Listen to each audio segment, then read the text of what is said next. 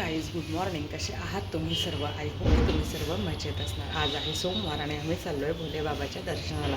इथे जवळच एक मंदिर आहे, त्या मंदिरात आम्ही सर्वजण जातो. सो चला, जशी जशी जर्नी होईल, दर्शन होईल, तुमच्यासोबत शेअर करते. Hey guys, welcome back to my channel. कसे आहात तुम्ही सर्व? आय होप की तुम्ही सर्व मजेत असणार.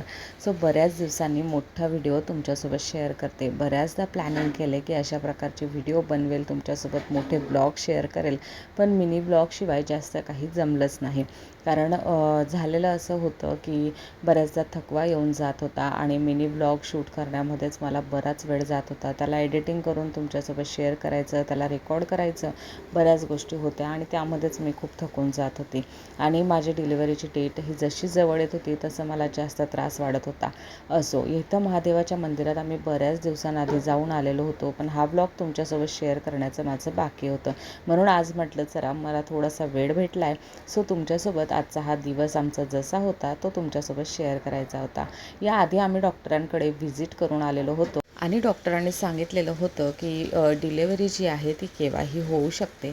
आपण तशा प्रकारे चेकअप करतच राहू. 15-15 दिवसात तू माझ्याकडे यायचं आहे आणि आपण चेकअप वगैरे त्यानुसार करून मी तुला सांगत राहील. म्हणून आम्ही ठरवलं होतं की एकदा का होईना थोडंसं जवळपास कुठंतरी जाऊन येऊया आणि महादेवाचं दर्शन घेऊन येऊ. जळगावला हे खूप छान बडे जटाधारी मंदिर आहे आणि तिथे मला जाण्याची खूप इच्छा होती. सो आम्ही एक दिवशी प्लॅन केला आणि तो प्लॅन जो आहे आमचा सक्सेसफुली झाला आणि आम्ही इथे पोचलो होतो दर्शनासाठी. छान असं दर्शन केलं. इतकं छान मंदिर होतं. बराच वेळ तिथे बसलो. निवांत वाटत होतं. मस्त शेतामध्ये हे मंदिर होतं आणि तेव्हा काही एवढं ऊन वगैरे नव्हतं, त्यामुळे थोडंसं रिलॅक्स वाटत होतं. पण आता ऊन जे आहे ते भयंकर वाढलेलं आहे. त्यानंतर घरी आलो आणि कृष्णाला हँडल करणं खूप मुश्किल असतं. सो दुपारी थोडंसं त्याला अशा प्रकारे माझी बहीण घेऊन बसते काही ना काही गेम्स वगैरे खेळायला आणि मग नंतर त्याचं झोपण्याचं रुटीन असतं. सो त्याचं जे रुटीन आहे सध्या आता माझी बहीणच सांभाळते किंवा माझी मम्मी कधीतरी, आणि मी जे आहे ते माझं स्वतःचं हँडल करण्यामध्येच आहे. मला अजूनही स्वतःमधून मी अजूनही रिकवर झालेली नाही आहे, त्यामुळे कृष्णाला जे आहे ते पूर्ण माझी फॅमिलीच सांभाळते. असो, दुपारी थोडंसं मग आम्ही रिलॅक्स केलं आणि नंतर आम्ही ठरवलं की आता बॅग पॅकिंग करून घ्यायची, कारण ऐन वेळेला धावपळ नको. आणि भरपूर सामान मी तिथून मुंबईवरून आणलेला होता आणि बराचसा इथे मी शॉपिंगही केलेली होती. शॉपिंगही मला तुमच्यासोबत शेअर करायची होती, पण त्यालासुद्धा मला वेळ भेटला नाही. वेळ म्हणजे माझ्याने होतच नव्हतं शूट करणं, किंवा गरमीसुद्धा वाढलेली होती आणि त्यामुळे मला ना कॅमेरा हँडल करणंसुद्धा होत नव्हतं. असं वाटत होतं फक्त झोपायचं. वेट माझं जास्त वाढलेलं होतं प्रेग्नन्सीमध्ये आणि त्या गोष्टीमुळे मला चालणंसुद्धा पॉसिबल नव्हतं. आणि ह्या गोष्टींमुळेच माझ्या बऱ्याचशा गोष्टी ज्या आहेत त्या तुमच्यासोबत शेअर करणं राहून गेलं. सो शॉपिंग काय काय केलेली होती ते तर आता याच्यातच दिसून जाईल तुम्हाला.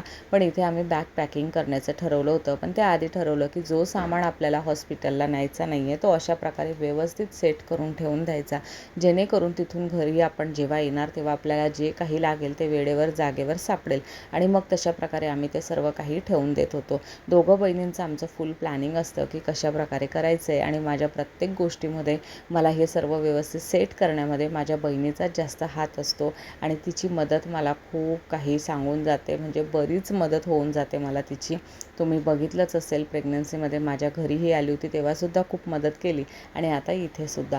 तसं तर डिलिव्हरीचा ब्लॉग मी लवकरच घेऊन येईल की का माझी डिलिव्हरी लवकर झाली, कशाप्रकारे आम्ही सर्व काही हँडल केलं आणि कशाप्रकारे आमची धावपळ झाली, सर्व काही तुमच्यासोबत मी शेअर करेलच. पण थोडा वेळ लागेल, कारण मी स्वतः अजून रिकवर होते, पूर्णपणे रिकवर झालेले नाही आहे. तरीसुद्धा माझं मन लागत नाही आहे. मला सर्व काही तुमच्यासोबत पटापट शेअर करायचं आहे, म्हणून हा व्हिडिओ मी घेऊन आली. आणि हा व्हिडिओला जास्त वेळही होऊन गेला असता.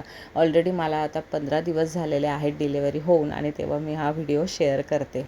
असो, इथे बघा, बॅगमध्ये आम्ही एक गर्ल्सचा ड्रेस घेतलेला होता आणि एक बॉईजचा. त्यानंतर कॉटनमध्ये जे आहे लंगोट घेतलेले होते आणि सॉक्स घेतलेले होते पायातले, हातातले, आणि अशा प्रकारे ड्रेसेसचे मी सेट घेतलेले होते. म्हणजे जे हॉस्पिटलला घेऊन जायचं आहे ना तेवढंच मी इथं तुमच्यासोबत शेअर करते.